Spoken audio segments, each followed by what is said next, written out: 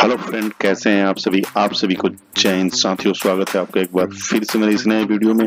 दोस्तों, आज हम बात करने वाले हैं रेलवे ग्रुप डी के बारे में। रेलवे रिक्रूटमेंट बोर्ड ने ग्रुप डी के एग्जाम के लिए एक नोटिस जारी किया है कल के डेट में 8 सितंबर 2025, यानी कि 8 सितंबर 2025 को रेलवे आरआरबी की तरफ से, रेलवे रिक्रूटमेंट बोर्ड की तरफ से ग्रुप डी के लिए एक नोटिस जारी होता है। ये नोटिस जो है उसमें ये बताया जाता है आपका जो ग्रुप डी का एग्जाम है वो कब कंडक्ट आरआरबी की तरफ से कराया जा रहा है। तो साथियों, जैसा आप जानते हैं कि रेलवे रिक्रूटमेंट बोर्ड ने 2024 के लास्ट मंथ में, यानी दिसंबर के मंथ में लास्ट टाइम में एक नोटिफिकेशन जारी किया था। ये नोटिफिकेशन था रेलवे के अंदर ग्रुप डी जॉब के लिए, जो काफी अच्छी वैकेंसी निकाली गई थी। तो काफी टाइम से इसके तरफ से कोई जानकारी नहीं मिल रही थी, लेकिन कल के डेट में एक जानकारी जो है आरआरबी की तरफ से, रेलवे रिक्रूटमेंट बोर्ड की तरफ से जारी कर दी जाती है। तो उस चीज के बारे में आज इस वीडियो में समझने वाले हैं कि उस नोटिस में क्या चीज लिखा हुआ है। ये नोटिस को विस्तार पूर्वक हम समझने की कोशिश करेंगे। साथियों, उस इम्पोर्टेंट आरआरबी की नोटिस के अलावा हम इसमें ये देखेंगे कि जो आपका एडमिट कार्ड है वो कब आएगा, एग्जाम का पैटर्न क्या रहने वाला है और मोड ऑफ सिलेक्शन क्या रहने वाला है। ये सारी चीजें इस वीडियो के माध्यम से समझने वाले हैं। दोस्तों, एक छोटी सी गुजारिश है, अगर आपने इस चैनल को सब्सक्राइब नहीं किया है तो चैनल को सब्सक्राइब कर लें, क्योंकि मैं ऐसे ही जॉब रिलेटेड और एजुकेशन रिलेटेड, खासकर एक सर्विसमैन और जनरल कैटेगरी के जॉब रिलेटेड नोटिफिकेशन और प्राइवेट जॉब रिलेटेड जो भी जानकारी होती है तो टाइम टू टाइम लेके आता रहता हूं। तो अगर आपने मेरे चैनल को सब्सक्राइब नहीं किया है तो सब्सक्राइब का बटन दबा के बेल आइकन को प्रेस करके ऑल का बटन दबाएं, ताकि सारी लेटेस्ट जानकारी आप तक सबसे पहले पहुंचे। तो चलिए शुरू करते हैं इस वीडियो को और देखते हैं कि क्या चीज है उस नोटिस के अंदर। तो एक बार उस नोटिस पे चलने से पहले मैं एक डिटेल आपको दिखाना चाहूंगा। जैसे रेलवे रिक्रूटमेंट बोर्ड ने जो नोटिस जारी किया था ग्रुप डी जॉब के लिए, ये 28 दिसंबर 24 को नोटिफिकेशन जारी किया था, जिसका ऑनलाइन एप्लीकेशन जो स्टार्ट हुआ था 13 जनवरी 2025 से, और जो इसकी लास्ट डेट बताई गई थी 1 मार्च 2025। और जैसे आप सभी जानते हैं कि 4 मार्च से लेकर 13 मार्च तक इसका करेक्शन विंडो ओपन था। तो जिन्होंने भी कुछ चेंज करना था उस टाइम उन्होंने किया था। फिर इसमें ये चीज बताया गया था टेंटेटिव की एग्जाम डेट जो है 17 नवंबर एंड ऑफ दिसंबर। तो उस टाइम ये एग्जाम इसमें क्लियर नहीं किया गया था, लेकिन अभी जो है अपडेट कर दिया गया है और एडमिट कार्ड बिफोर जो है एग्जाम से पहले आपको जारी कर दिया जाएगा। अगर हम वैकेंसी की बात करें उस नोटिफिकेशन के हिसाब से, तो वैकेंसी टोटल उसमें बताई गई थी ग्रुप डी की जॉब के लिए 32,438 पोस्ट की वैकेंसी निकाली गई थी। अगर पोस्ट नेम की बात करें तो आप स्क्रीन पे ये देख रहे हैं जो पोस्ट नेम इसमें बताए गए हैं। Pointman B, assistant track machine, assistant bridge track maintenance. तो इस प्रकार से आप ये देख सकते हैं। तो जिन्होंने भी फॉर्म को फिल किया है उनके लिए काफी अच्छी खबर है कि आपका जो एग्जाम है नवंबर और दिसंबर में ये एग्जाम कंडक्ट कराया जाएगा। तो जैसा आप स्क्रीन पे देख रहे हैं, ये नोटिस 8 सितंबर 2025 को रेलवे रिक्रूटमेंट बोर्ड की तरफ से जारी किया गया है। Notice regarding tentative schedule of computer based test, यानी कि CBT form various post in level 1 of 7 CPC pay matrix under, जो आपका एडवर्टाइजमेंट यानी नोटिफिकेशन नंबर जो था CEN 08/2024। तो ये बताया गया tentative exam schedule for the above CEN is as under. तो जैसा आप ये देख रहे हैं, ये इसका एडवर्टाइजमेंट नंबर है 08/2024। जो एग्जाम की बात करें तो ये दे दिया गया वेरियस पोस्ट के लिए था, और एग्जाम डेट इस नोटिस में 17 नवंबर 2025 टू एंड ऑफ दिसंबर बताया गया है। तो आप इस बात को समझ लीजिए कि जो आपका एग्जाम है 17 नवंबर से स्टार्ट हो रहा है।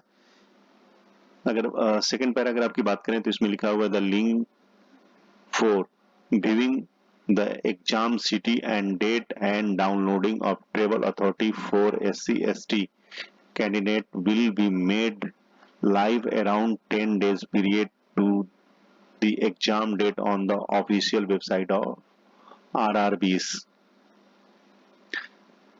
तो इसमें ये बताया गया है कि जो आपका लिंक है, जो आप एग्जाम डेट और सिटी कंफर्म करने के लिए आपको इसकी ऑफिशियल वेबसाइट RRBs जो है, आपको ऑफिशियल वेबसाइट जिस RRB से आपने फॉर्म फिल किया है या फिर इसके जो ऑफिशियल वेबसाइट है www.rrbapply.gov.in के ऊपर आपको ये लिंक दे दिया जाएगा। उसके बाद आप अपना एग्जाम सिटी और डेट देख सकते हैं।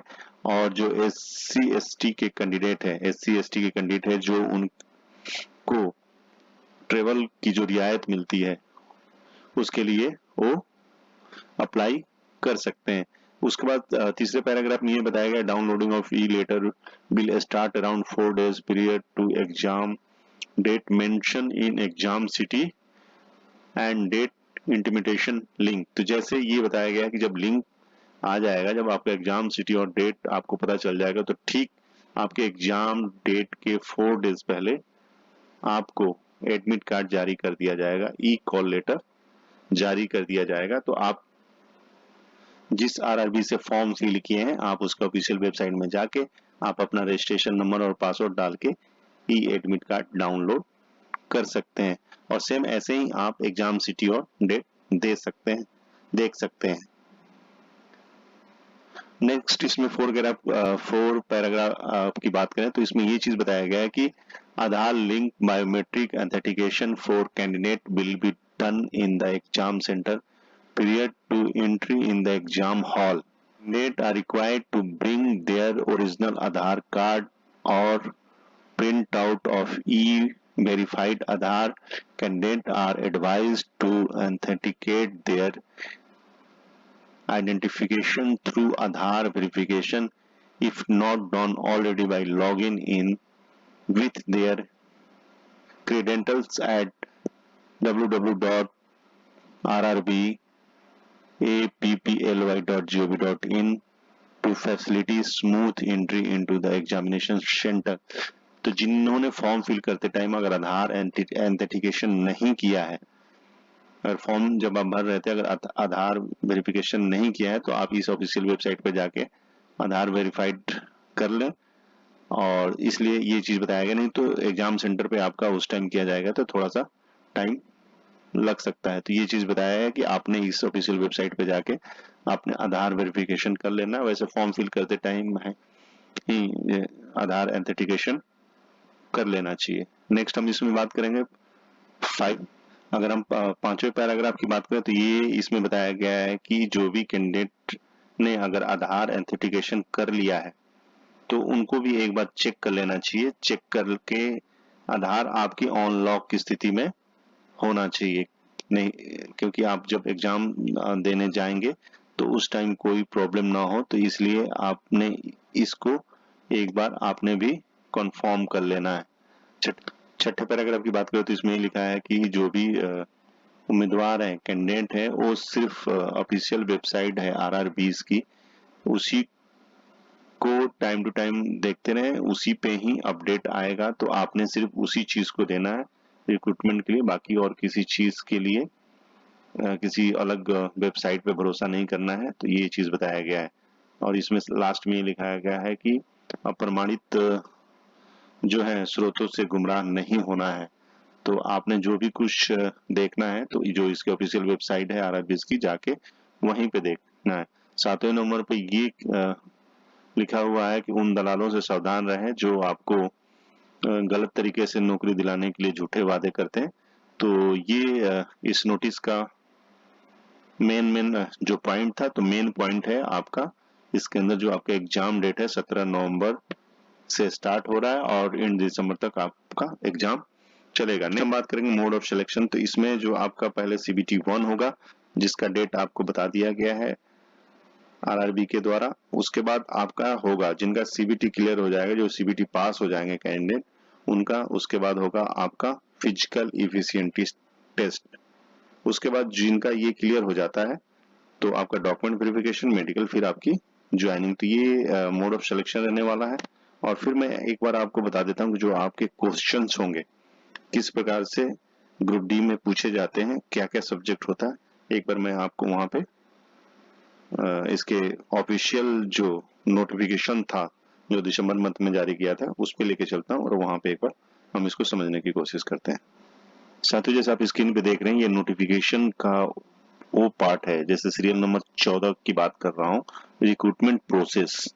तो हम फुल नोटिफिकेशन के बारे में बात नहीं करेंगे क्योंकि ऑलरेडी इसका फॉर्म फिल हो गया है। अब हमें एग्जाम की तैयारी करनी है और एग्जाम के बाद आगे का जो सिलेक्शन प्रोसेस है वो समझना है।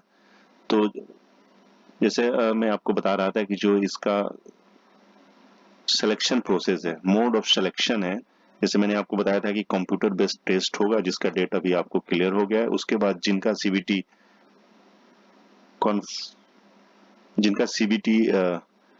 जो सीबीटी पास हो जाते हैं फिर उनका जो होगा पीईटी होगा, फिजिकल एफिशिएंसी टेस्ट होगा, फिर डॉक्यूमेंट वेरिफिकेशन डीबी, फिर आपका मेडिकल एग्जामिनेशन होगा।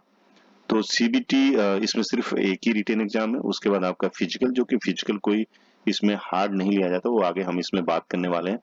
जो सीबीटी होगा, सीबीटी जो आपका एग्जाम होगा, रिटेन एग्जाम होगा, उसकी जो टाइमिंग होगी 90 मिनट की होगी। इसमें जो क्वेश्चन होंगे, नंबर ऑफ क्वेश्चन भी 100 होगा और मार्क्स भी आपको ईच ऑफ 1 मार्क्स जो क्वेश्चन होंगे, आप एक नंबर के क्वेश्चन होंगे, टोटल 100 क्वेश्चन है यानी कि 100 मार्क्स हो गया। अब बात कर लेते सब्जेक्ट की। इसमें जनरल साइंस के 25 क्वेश्चन होंगे, 25 मार्क के। मैथमेटिक्स होगा आपका जो 25 क्वेश्चन होगा, 25 मार्क का। General intelligence and reasoning 30 question होंगे, 30 मार्क के। फिर आपका इसमें general awareness and current affairs होंगे, 20 क्वेश्चन होंगे, 20 मार्क्स के होंगे। टाइम आपका, जैसे मैंने आपको बताया था कि 90 मिनट आपको इसके लिए टाइम मिलने वाला है, यानी कि 1.5 घंटे आपको इस एग्जाम के लिए टाइम मिलेगा। क्वेश्चन टोटल 100 होंगे और मार्क्स भी आपको 100 होंगे। तो मैं बात कर रहा था इसमें जो जनरल साइंस है, तो 10th क्लास तक के इसमें जो क्वेश्चन है पूछे जाएंगे, क्योंकि 10th क्लास का ही ये आपका एग्जाम है, तो उसी लेवल पे आपसे पूछे जाएंगे। मैथमेटिक्स भी उसी लेवल का होगा, जनरल इंटेलिजेंस रीजनिंग भी उसी प्रकार से, जैसे एसएससी वगैरह के, एमटीएस के जो एग्जाम होते हैं उसी प्रकार से आपके साथ उसी प्रकार से इसमें क्वेश्चन पूछे जाएंगे। तो आप उसी हिसाब से अपनी तैयारी कीजिएगा। और एग्जाम होता है, उसको हमें हल्के में नहीं लेना है, तो अपना तैयारी करते रहिए। इसमें कहीं इंग्लिश का कोई जिक्र नहीं है, ना ही आपका इंग्लिश का पेपर होना है, तो आप बड़ी आसानी से इस चीज को क्लियर कर सकते हैं। अब इसमें एग्जाम में जो 100 क्वेश्चन है 100 मार्क्स से, उसमें कुछ इनमें बोला गया है minimum percentage of marks short listing in various communities. तो इसमें कुछ बताया गया है, जो जनरल कैटेगरी के हैं, जनरल कैंडिडेट, उनको 40% मार्क्स 100 में से 40 नंबर लेके आने पड़ेंगे अगर आप शॉर्ट लिस्टिंग होना चाहते हैं। तो ईडब्ल्यूएस 40, ओबीसी जो नॉन क्रीमी लेयर है 30%, एससी 30%, एसटी भी 30% जो है आपको मार्क्स लेकर के आने पड़ेंगे। बाकी आप ये स्क्रीन पे देख सकते हैं। क्वेश्चन टाइप एंड सिलेबस की बात करें तो mathematics, general intelligence and reasoning, तो किस प्रकार से आपसे क्वेश्चन पूछे जाएंगे। जनरल साइंस, ये सारा चीज आप देख सकते हैं। अब बारी आती है जिनका सीबीटी क्लियर हो जाता है, तब आती है पीईटी की, फिजिकल एफिशिएंसी टेस्ट की बारी आती है। इसमें मेल और फीमेल दोनों के लिए अलग अलग बताया गया है। तो इसमें ये बताया गया है कि आपने जो है 35 केजी का वेट लेकर के 100 मीटर जाना है 2 मिनट के अंदर। ध्यान से सुनिएगा, जब आपका पीईटी होगा तो 35 केजी का वेट लेकर के आपको 100 मीटर 2 मिनट के अंदर जाना है। उसमें आपको एक ही चांस मिलेगा, आपको बिना रखे हुए उस वेट को 100 मीटर लेकर के जाना है। फीमेल कैटेगरी के लिए इसमें 100 मीटर जो है 20 केजी का वेट लेकर के जाना है। टाइम 2 मिनट आपको मिलने वाला है इसमें। फिर उसके बाद जो आपका रन होगा, जो डिस्टेंस इसमें 1000 मीटर बताया गया है, जो आपको 4 मिनट एंड 15 सेकंड में जो मेल कैटेगरी है उनको ये चीज क्लियर करना है। और चांस भी आपको एक ही बार मिलना है इसमें। फीमेल के लिए इसमें ये बताया गया है जो 1000 मीटर जो डिस्टेंस होगा 5 मिनट 40 सेकेंड में आपको कंप्लीट करना है और आपको भी चांस एक ही मिलना है। तो पीईटी में कोई हार्ड इसके अंदर नहीं है, तो आप बस 2 चीज आपको इसमें करना है, फिर आपका डॉक्यूमेंट वेरिफिकेशन होगा, मेडिकल होगा। अब बात करते हैं जो एक सर्विसमैन के लिए इसमें बताया गया है कि एक सर्विसमैन को जो पीईटी है, फिजिकल इफिशिएंसी टेस्ट देने की जरूरत नहीं है। यहाँ पे देखिए इस नोटिफिकेशन में क्लियर लिखा होता है एक serviceman will be exempted for physical efficiency test. However, all ex-servicemen will be required to pass the written test physical standard, if any, and medical standard of the post scribed for direct result.